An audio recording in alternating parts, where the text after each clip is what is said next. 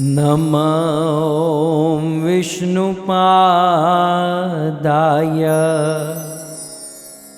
कृष्णप्रेष्ठाय भूतले श्रीमते भक्ति वेदांत स्वामी इति नामिने। नमस्ते सारस्वते देवे गौरवाणी प्रचारिणे निर्विशेष शून्यवादी पाश्चात्य देशतारिणे पाश्चात्य देशतारिणे।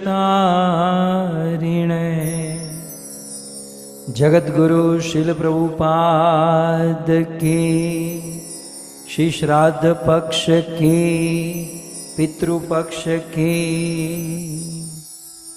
हरे कृष्णा। पवित्र श्राद्ध पक्ष पितृपक्ष है। श्राद्ध के विषय में थोड़ा सा अधिक समझने का प्रयास करें तो श्राद्ध का अर्थ क्या है, श्राद्ध की परिभाषा क्या है। प्रथम दिन थोड़ा सा स्पर्श किया था, आज थोड़ा सा विस्तार में चलते हैं। श्राद्ध किसे कहते हैं? हमारे पुराणों में शास्त्रों में लिखा है, श्रद्धया पितॄन् उद्दिश्य विधिना क्रियते यत् कर्म तत् श्राद्धम। श्रद्धया, श्रद्धा के साथ, पितॄन् उद्दिश्य, पितृओं के उद्देश्य से। बहुत सुंदर संस्कृत का ये डेफिनेशन, व्याख्या है, श्राद्ध की व्याख्या। श्रद्धया, श्रद्धा से, पितृन, अपने पितृओं के उद्देश्य से, विधिना क्रियते, विधि विधान के साथ जो किया जाता है। क्या किया जाता है? यत कर्म, जो कर्म। यत कर्म विधिना क्रियते, जो कर्म विधि विधान के साथ किया जाता है। किसके लिए? पितृन उद्देश्य, पितृओं के उद्देश्य से। कैसे? श्रद्धा के साथ। तो श्रद्धा के साथ, पितृओं के उद्देश्य से, विधि विधान के द्वारा जो कर्म किया जाता है, तत् श्राद्धम, उसे श्राद्ध कहते हैं। तो श्राद्ध में ये चार वस्तु होती है। श्राद्ध में एक तो श्रद्धा होनी चाहिए, दूसरा पितृन उद्देश्य, पितृओं का उद्देश्य होना चाहिए, तीसरा विधि विधान के साथ, शास्त्रों में वेदों की विधि के अनुसार होना चाहिए, और चौथा यत कर्म, वो कर्म होना चाहिए, मतलब फिजिकली होना चाहिए, मन से भी होना चाहिए लेकिन फिजिकली। यत कर्म तत् श्राद्धम, उसे श्राद्ध कहते हैं। ओके, श्राद्ध शब्द में मूल वस्तु जो है वो है श्रद्धा। श्राद्ध शब्द की व्युत्पत्ति श्रद्धा से हुई है। तो कहां कहां श्रद्धा की आवश्यकता है, आप इस श्लोक में देख सकते हैं। श्रद्धा अर्थ इदम श्राद्धम, यहां पर श्राद्ध शब्द में श्रद्धा अर्थ इदम। अब आप देखिए, पुराणों में, वेदों में, शास्त्रों में, श्रुतियों में जहाँ जहाँ श्राद्ध की चर्चा हुई है, उन सब को अलग अलग जगह से एकत्रित करके आपको पिरोसा जा रहा है, आपको ये भोजन दिया जा रहा है। तो श्रद्धा अर्थ इदम श्राद्धम, इस श्राद्ध में श्रद्धा का अर्थ, श्रद्धा शब्द की ही निष्पत्ति होती है। श्रद्धया कृतम संपादितम इदम, श्राद्ध में श्रद्धया कृतम, श्रद्धा से सब कुछ संपादित किया जाता है। श्राद्ध में तीसरी लाइन में श्रद्धया दीयते, श्रद्धा से दिया जाता है। यस्मात् तत् श्राद्धम और श्रद्धया इदम श्राद्धम। सो इस प्रकार से श्राद्ध में मूल रूप से श्रद्धा महत्वपूर्ण है। श्रद्धा से देना, श्रद्धा से संपादन करना, श्रद्धा से सुनना, तो ये सब श्राद्ध के अंतर्गत आता है। मैं कल पढ़ रहा था ऋषि मुनियों ने श्राद्ध के विषय में क्या कहा। सो कुछ ऋषियों का मत मैं आपको श्राद्ध के विषय में कहूं, सबके भिन्न भिन्न है। लेकिन आप सब जानते हैं वेदव्यास जी के पिता कौन थे? पराशर ऋषि। बहुत बड़े विद्वान थे, वेदों के ज्ञाता थे और भगवान के परम भक्त। सो श्री पराशर ऋषि ने श्राद्ध के विषय में कुछ इस प्रकार से निवेदन किया है। देशे काले च पात्रे च विधिना हविषा चत्यत् तिले दर्भेश्च मंत्रेश्च तिले दर्भेश्च मंत्रेश्च श्राद्धं स्यात् श्रद्धया युतम्। श्री पराशर ऋषि कहते हैं, बहुत सुंदर ये श्लोक है, देशे काले च पात्रे च। श्राद्ध जब हम करते हैं तो देश देखा जाता है। देखिए अलग अलग देश के अनुसार अलग अलग तरीके से श्राद्ध होता है। भारत में जिस प्रकार से श्राद्ध होता है जरूरी नहीं कि अमेरिका में उसी प्रकार से श्राद्ध हो। सो देश, श्राद्ध करने में देश देखा जाता है। और काले, काल देखा जाता है, समय भी देखा जाता है। सो देशे काले च पात्रे, और श्राद्ध करने में पात्र भी देखा जाता है। तो श्राद्ध में क्या क्या होता है? देश को समझना होगा, काल को समझना होगा, पात्र को समझना होगा। और च विधि ना, और जिसमें देश का विधान हो, काल का विधान हो, पात्र का भी ध्यान रखा जाए, और विधि ना, और उसमें विधि का भी ध्यान रखा जाए, विधि के अनुसार। और हविषाचयत, और उस श्राद्ध में हविष्य होना चाहिए। तो जिसमें हविष्य हो, और हविष्य के साथ साथ दूसरी लाइन में तिल, तिल माने आप तल समझिए, तिल जानते हैं ना, तल, या फिर जौ समझिए। तो जिसमें तिल, जौ, दर्भ, दर्भ माने कुश, और मंत्रेश्च, और जिसमें मंत्रों का प्रयोग होता है, श्राद्धम स्यात् श्रद्धया युतम, और जिसमें श्रद्धा होती है उसे श्राद्ध कहते हैं। ये पराशर ऋषि की श्राद्ध के विषय में डेफिनेशन है। फिर से मैं आपको समझाऊं कि श्राद्ध किसे कहते हैं?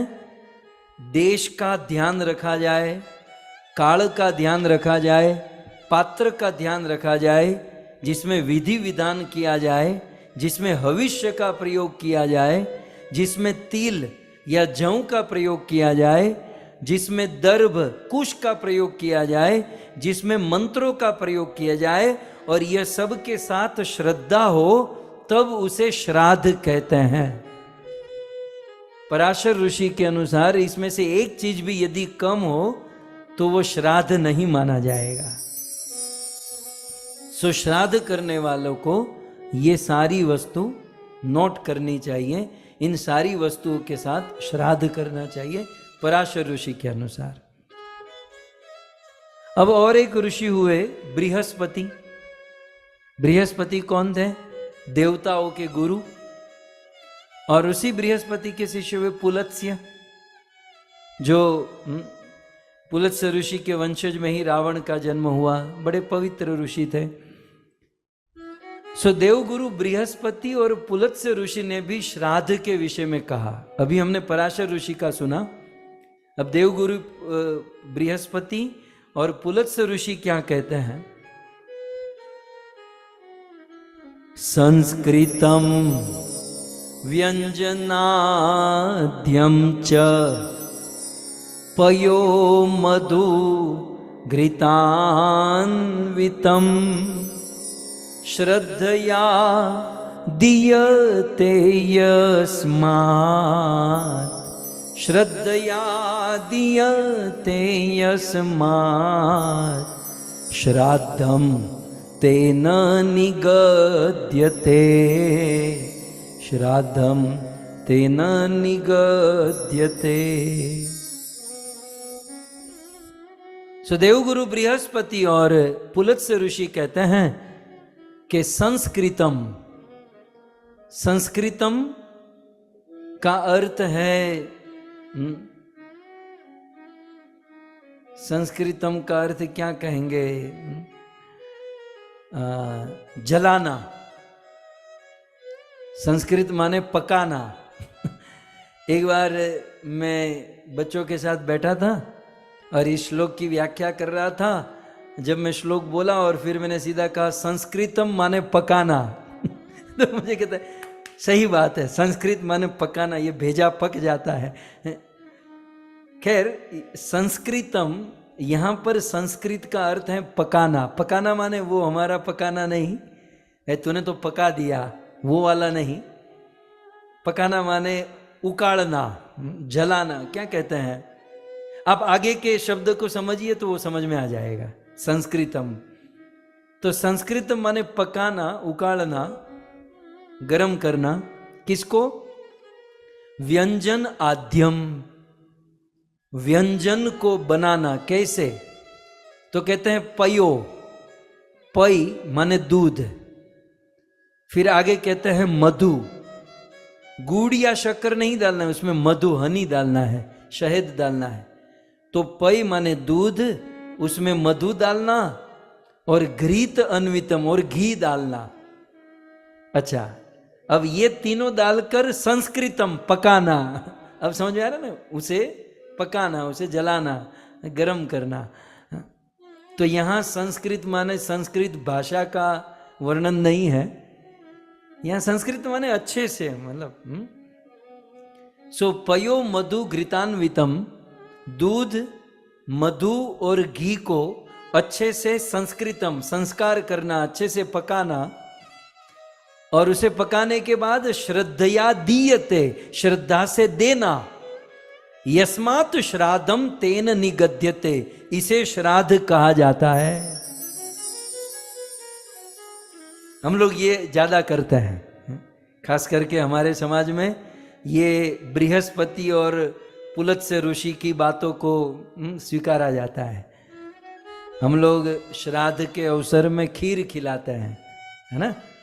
इस पितृपक्ष में खीर बनाते हैं। तो आपको कोई कहेगा ना कि भाई कहाँ लिखा है, आजकल तो लोग प्रमाण मांगते हैं कि भाई पितृपक्ष में श्राद्ध करते समय पितृओं को खीर खिलानी चाहिए, कहाँ लिखा है। और पूछना भी चाहिए, जिज्ञासा करनी भी चाहिए कि हम लोग कर्म करते तो हैं, लेकिन वो कर्म का प्रमाण कहाँ पर है। पितृओं को खीर खिलाना यहाँ पर है, मैं आज आपको दे रहा हूं। बृहस्पति और पराशर ऋषि ने, पुलत्स्य ऋषि ने कहा कि पयो मधु घृतान्वितम, दूध, मध और घी को संस्कृतम, उकाड़ कर, पका कर, श्रद्धया दीयते, श्रद्धा से जो देते हैं, यस्मात् श्राद्धम, इसे श्राद्ध कहते हैं। तो हम तो देखो, यदि हमें अच्छे से करना है तो सभी ऋषियों को फॉलो करना चाहिए। हम लोग इतने भी गए गुजरे नहीं है कि ये सब न कर सके, ठीक है। आप लोग डाइटिंग करते हो, आपके पितृ थोड़ी डाइटिंग करते हैं। आप लोग तो चाहकर भी ये सब नहीं खा सकते, लेकिन वेदों में जहां विधान किया गया है तो अच्छे से। पराशर ऋषि ने क्या कहा? हविष्य, तिल और दर्भ, ये सब देकर श्रद्धा के साथ श्राद्ध करना चाहिए। और बृहस्पति पुलत्स्य ने कहा खीर बनाकर श्राद्ध करना चाहिए। आइए वेदव्यास मुनि क्या कहते हैं अगले श्लोक में। ये व्यास की कलम है।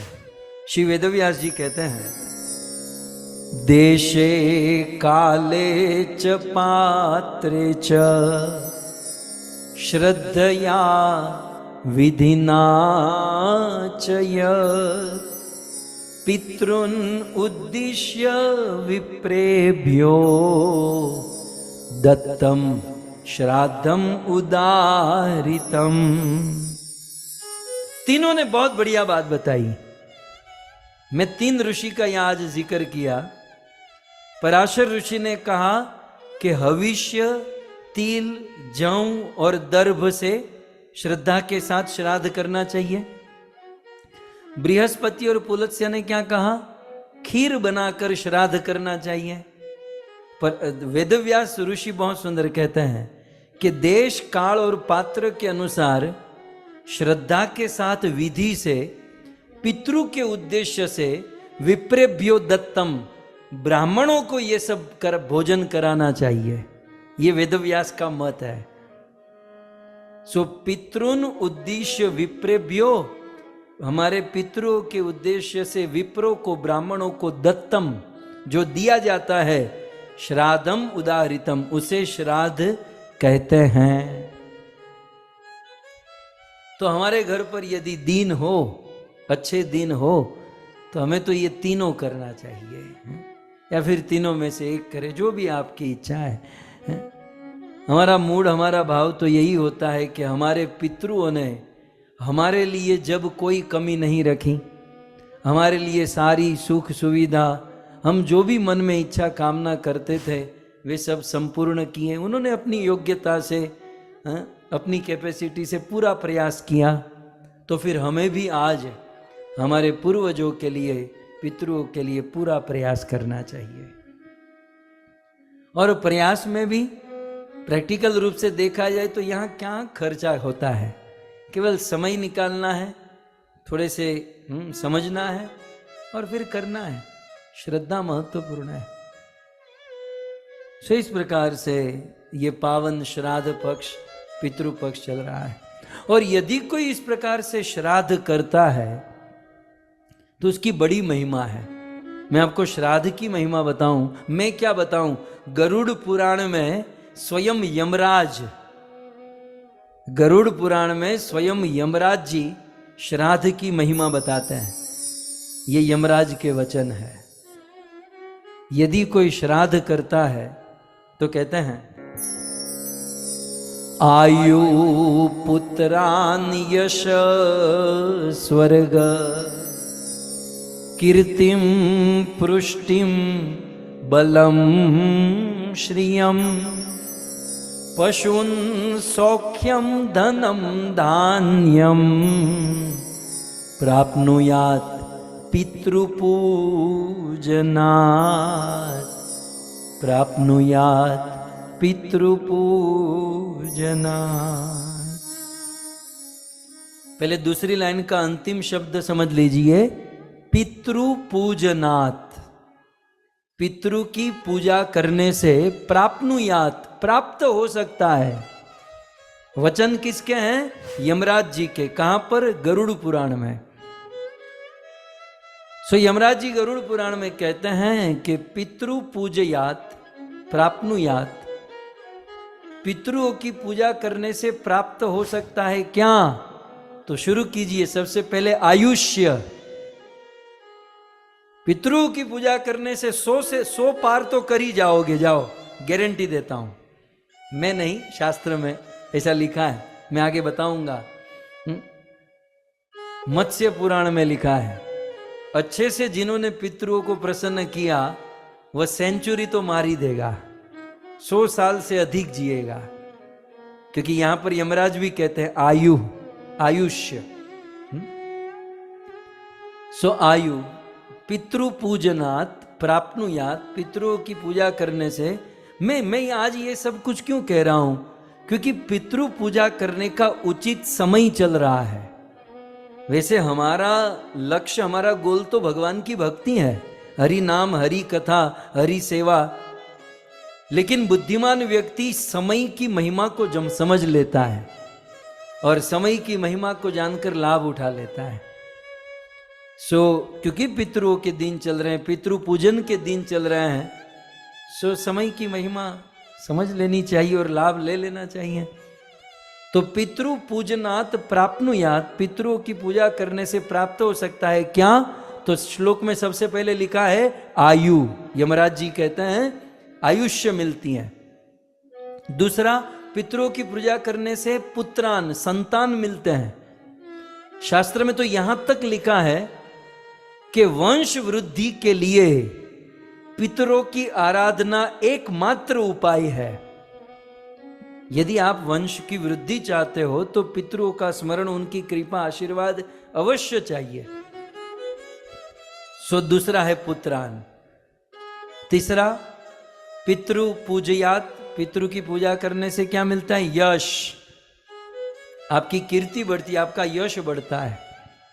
चौथा, स्वर्ग, स्वर्ग की, स्वर्गीय लोकों की, ऊपर के लोकों की प्राप्ति होती है। पांचवा, कीर्ति, आपकी कीर्ति वैकुंठ तक पहुंचती है। छठा है बलम, पितृ की पूजा करने से बल मिलता है, अंदर से बल मिलता है, बाहर से पीठ बल, अनेकों बल होते हैं। पितृ पूजा से बल मिलता है। और श्रियम, जिसकी बहुत आवश्यकता रहती है, पितृ पूजा से श्रियम, धन मिलता है। फिर दूसरे लाइन में पितृ पूजा से क्या मिलता है? पशुन। ये वो जमाना था जहां वाहन व्यवहार के लिए पशुओं का इस्तेमाल होता था, हाथी, घोड़े, ऊंट, ठीक है। तो आजकल इस पशु के बदले मोटर कार आजकल व्हीकल में तो पशु थोड़ी चलते हैं, कार चलती है ना। तो यहां पर लिखा है पितृ पूजा करने से पशुन माने कार, वाहन व्यवहार आपका अच्छा हो जाता है। यदि आप फ्लाइट में इकोनॉमी क्लास में घूमते हो तो फिर बिजनेस क्लास में सफर करोगे, कुछ तो अच्छा होगा।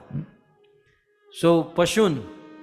फिर सौख्यम, पितृ पूजा करने से सुख मिलेगा, धनम, धन मिलेगा, और धान्यम, घर पर भोजन की कभी कमी नहीं रहेगी। प्राप्नुयात्, प्राप्त होगा, क्या करने से? पितृ पूजनात्, पितृ की पूजा करने से। प्रमाण गरुड़ पुराण, स्वयं यमराज ने कहा है। मुझे ऐसा लगता है, मैं इमेजिन करता हूं तो यमराज जी ने ये श्लोक पितरों का चेहरा देखकर बोला होगा, नीचे ऐसे सालों तुम्हारे पितृ यहां परेशान हैं, कुछ करो उनके लिए, कुछ करोगे तो ये आशीर्वाद देंगे और तुम्हारा सब ठीक हो जाएगा। इस मूड में, इस भाव में श्री यमराज जी ने ये कह दिया। और श्राद्ध की महिमा बताते हुए कुर्म पुराण, अब देखिए, अब मैं कुर्म पुराण बोला, राइट? तो मैंने कुर्म पुराण खोला तो होगा, और फिर उसमें कितना पत्ता घुमाया होगा, तब जाकर ये श्राद्ध की महिमा। एक अंदर से आनंद आता है कि आप सब लोगों की दया से इन शास्त्रों को पढ़ने का एक उत्साह बढ़ता है। कुर्म पुराण में, ये कुर्म पुराण का श्लोक है, श्राद्ध की महिमा बताते हैं। योनेन विधिना श्राद्धं कुर्यात् वै शान्तमानस व्यपेत कल्मषो नित्यं याति नावर्तते पुनः, याति ना वर्तते पुनः। कुर्म पुराण में एक बात कहें, ये जो कथा चल रही है ना, आप में से कई लोग वक्ता भी बैठे हैं। वास्तव में लगता है कि ये जो कथा चल रही है ना, उसका रिजल्ट, उसका प्रभाव हो रहा है। और जब ऐसे कोई भक्त बोलते हैं तो हृदय में बड़ी प्रसन्नता होती है और एक गौरव का एहसास होता है। सुंदर। अच्छा, कूर्म पुराण में कहते हैं, मैं ये कह रहा था कि इस कथा के पहले आपने श्राद्ध के बारे में इतना कभी नहीं सुना होगा। मैं आपको चैलेंज के साथ कहता हूं, इतने पुराणों से, इतने वेदों से आज किसके पास समय है? कौन पढ़ता है, कौन बोलता है, कौन सुनता है? ये तो आप लोग अपनी जत्थाबंद श्रद्धा को लेकर आते हो, सुनते हो, इसलिए कुछ पढ़ने का, कुछ रिसर्च करने का कुछ उत्साह बढ़ता है। सो कूर्म पुराण में श्राद्ध के विषय में कहते हैं, यो अनेन विधिना श्राद्धम, जो जीव, यो माने वो इंग्लिश वाला यो नहीं, यो, आजकल ये बच्चे लोग बहुत यो करते हैं।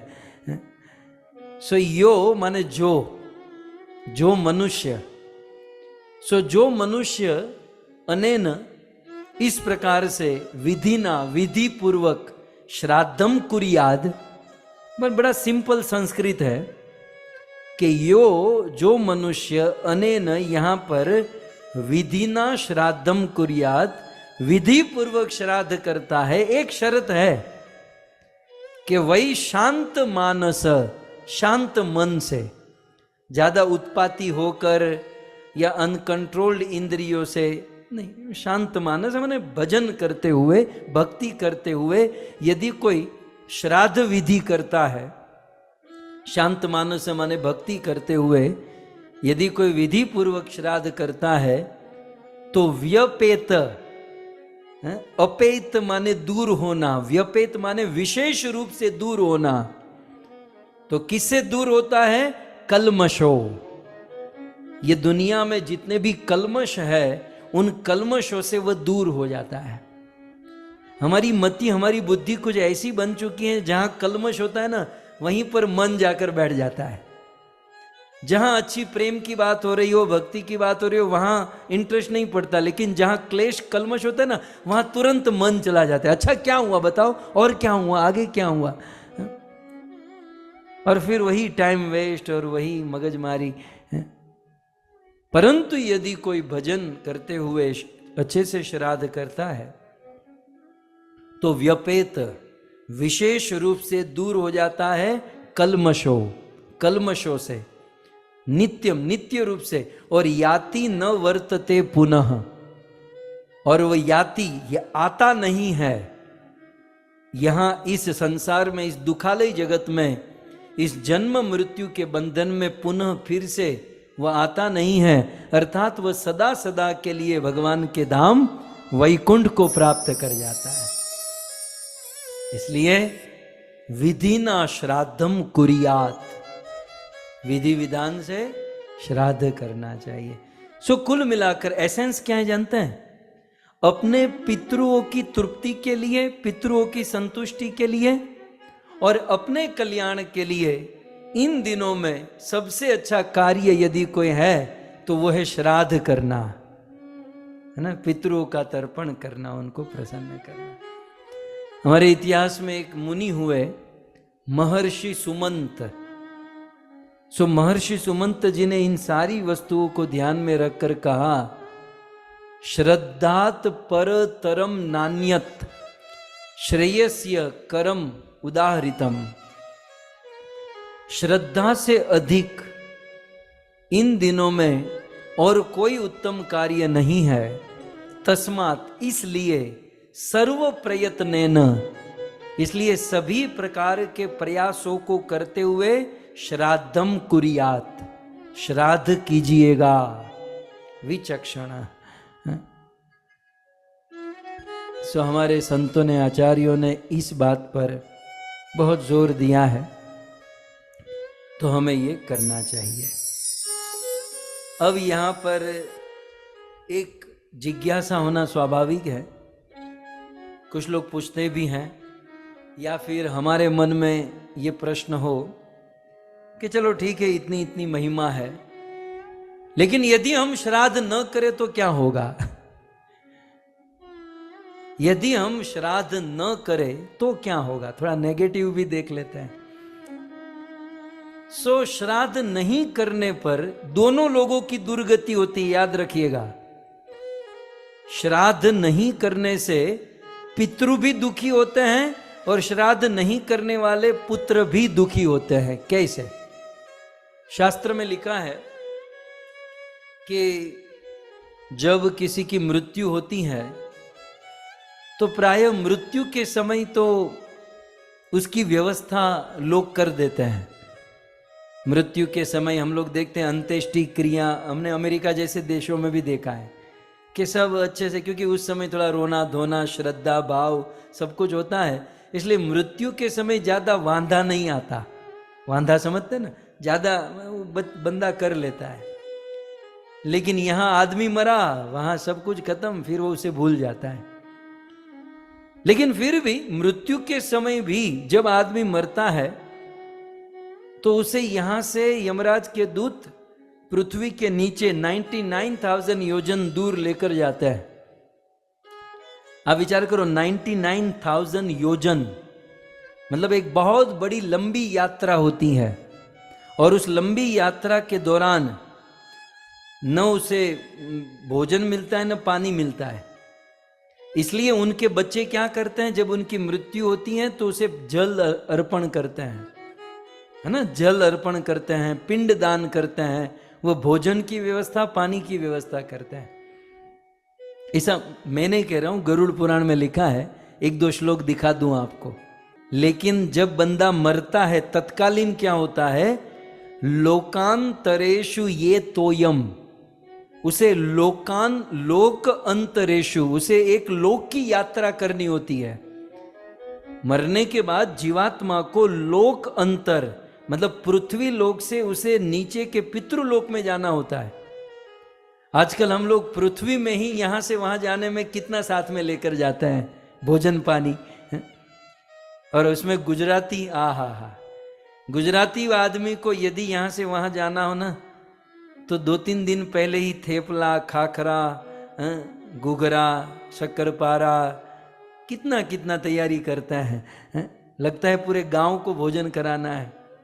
मैं देखता हूँ एयर इंडिया से जब मैं जाता हूँ ना तो समझ में आ ही जाता है, जैसे ही आप फ्लाइट में बैठो ना तुरंत वो सूखी भाजी, थेपला सब खुलने लगते हैं। भारत वाले और खास करके ये गुजरात वाले, समझ में आ ही जाता है। तो हम लोग एक छोटी सी यात्रा करते हैं, एक गांव से दूसरे गांव, एक शहर से दूसरे शहर, या एक देश से दूसरे देश। भोजन की कितनी तैयारी करते हैं। जब जीवात्मा की मृत्यु होती है तब श्लोक में क्या लिखा है, लोकांतरेषु, एक लोक की यात्रा करनी होती है। मतलब एक लोक से दूसरे लोक में, मतलब पृथ्वी लोक से पाताल पितृलोक में। और वो यात्रा 99,000 योजन, मतलब बहुत लंबी यात्रा होती है। मतलब 12-13 दिन तक वो फ्लाइट चलती है। खैर वहां फ्लाइट नहीं होती, वो चला कर लेकर जाते हैं, यमराज के दूत उसे चला कर लेकर जाते हैं। और उस समय प्यास भी लगती है, भूख भी लगती है। तो क्या लिखा है कि लोकांतरेषु ये तोयम लभन्ते न अन्नमेवच। जब लोक का अंतर करना होता है, जब जीवात्मा को लोक की यात्रा करनी होती है तो न लभन्ते, लाभ नहीं होता, उसे प्राप्त नहीं होता। क्या? तोयम, पानी, और अन्न एवच, और अन्न, उसे किसी भी प्रकार का पानी और अन्न नहीं मिलता। इसलिए उनके स्वजन जब उनकी मृत्यु होती है तो पिंड रखते हैं, भोजन की व्यवस्था, पानी की व्यवस्था होता है ना, वो गाय की पूंछ के द्वारा पानी देते हैं, और अलग अलग विधि अलग अलग समाज में होती है। तो ये व्यवस्था होती है मरते समय। और दत्तम न वंश जेयशा, अब उसके वंश के लोग, जो मर चुका है, जीवात्मा जो गया है, दत्तम ये देते हैं उनके वंश वाले। और दत्तम न, और यदि न प्रदान करे, वंशजे, उसके वंश में जन्म लेने वाले उनके पुत्र पौत्र बेटा बेटी यदि उनको जल और तर्पण न करे तो ते व्यथाम, वो बहुत दुखी होते हैं। यान्ति दारुणाम, बहुत दारुण दुख होता है, बड़ा कष्ट होता है उन पितरों को। और उस कष्ट भरे दिल से वो हाय कर देते हैं कि मैंने मेरे बच्चों का इतना ध्यान रखा, इतना किया। ये लोग कम से कम पानी भी नहीं दिए, भोजन भी नहीं दिए। एक बार जीते जी भोजन पानी न दो तो बेचारे पितृ अपने हाथों से वो मेहनत हाथ पांव मार के ले सकते हैं, लेकिन बेचारे मरने के बाद तो उसे कहीं से भी नहीं मिलेगा। केवल उनके वंशजे, उनके वंश में जन्म लेने वाले लोग ही दे सकते हैं। तो उस मार्ग में भोजन पानी की व्यवस्था हमें करनी पड़ती है। और फिर पितृलोक में अनेकों अनेकों वर्षों तक वे रहते हैं, वहां कोई भोजन पानी की व्यवस्था नहीं। हाँ, उनके वंश में जन्म लेने वाले साल में एक बार जब ये पितृपक्ष आता है तब वो भोजन प्रदान करे तो साल भर वहां पर व्यवस्था हो जाती है।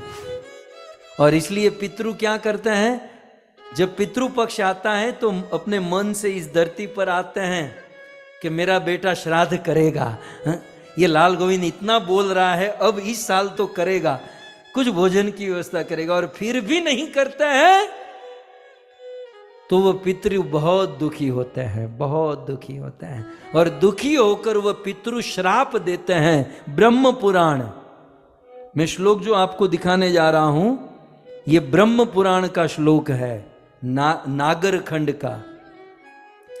वो पितरों को यदि हम श्राद्ध न करें तो वो श्राप देते हैं। क्या कहते हैं, पितरस्य शापम दत्वा प्रयांति च। बेचारे क्या करेंगे, वो बस हाय निकलती हैं, श्राप देते हैं। और फिर आप 1 साल न खिलाओ, 2 साल, 3 साल, 4 साल, 5 साल, अब जब वो उसको कोई खिलाता नहीं है तो इतने हावी हो जाते हैं। कहते हैं दूसरी लाइन में, श्राद्धम न कुरुते, श्राद्धम नहीं करते, मोहा तस्य रक्तम पिबंती ते, तो फिर वो अपने परिवार के लोगों का रक्त पीने लगते हैं, खून पीने लगते हैं, गड़बड़ हो जाती है। फिर उनके वंशजों को, उनके परिवार में जीवन भर उनको कष्ट भुगतना पड़ता है। और फिर उनके संतान, उनके वंशज मरने के बाद नरक में जाते हैं। मार्कंडेय पुराण में लिखा है कि जिन्होंने श्राद्ध नहीं किया, पितरों को तृप्त नहीं किया, उसके परिवार में कभी अच्छे पुत्र का जन्म हो ही नहीं सकता, उसके परिवार में कभी दीर्घायु हो ही नहीं सकती, निरोगता आ ही नहीं सकती, जिन्होंने अपने पितरों का मंगल नहीं किया। शास्त्र के इस श्लोक में हरि स्मृति में कहते हैं, आप देख सकते हैं, हरि स्मृति, न तत्र वीरा जायन्ते, उस परिवार में कोई वीर का जन्म नहीं होगा, न रोग्यम, उस परिवार में आरोग्य नहीं होगा, और न शतायुष, उसके परिवार में कोई 100 साल तक नहीं जिएगा। किसके परिवार में, न च श्रेयो अधिगच्छति यत्र श्राद्धम विवर्जितम, जिस परिवार में श्राद्ध का वर्जन किया जाता है, जिस परिवार में श्राद्ध विवर्जित होता है, उस परिवार में कोई वीर जन्म नहीं लेता, निरोग आदमी जन्म, मतलब वो रोगी होगा उस परिवार में कोई ना कोई, वो 100 साल नहीं जिएगा, उनका कभी श्रेय नहीं होगा। और फिर आगे कहते हैं, विष्णु स्मृति में कहते हैं कि श्राद्धम एतत न कुर्वाणो नरकम प्रतिपद्यते, इस प्रकार से यदि श्राद्ध नहीं करते तो विष्णु स्मृति नरकम प्रतिपद्यते। अब सोचना आपको है, श्राद्ध करे या न करे, ठीक है। बहुत सारी बातें हैं श्राद्ध के विषय में। इस जो मैं आपको श्राद्ध के बारे में समझा रहा हूं ना, ये समझाना भी बहुत बड़ा पुण्य है। आप लोग भी दूसरों को समझाइएगा कि किसी को श्राद्ध के बारे में जागरूक करना भी एक बहुत बड़ा धर्म है। एक बार कार्तिकेय को आप जानते हैं ना, कार्तिकेय शिव जी का बेटा, बड़ा बेटा कार्तिकेय।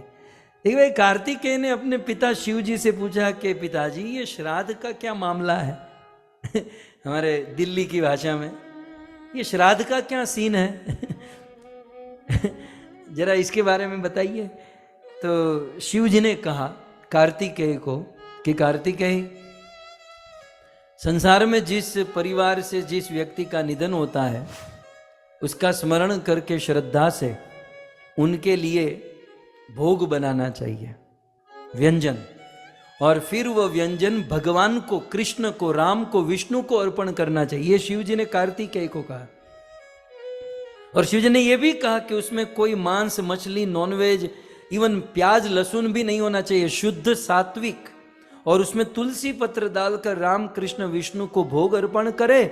और फिर वह भोग जब प्रसाद बन जाए तो वह प्रसाद भक्तों को कराए, ब्राह्मणों को, वैष्णव को, भक्तों को वह भोजन कराए।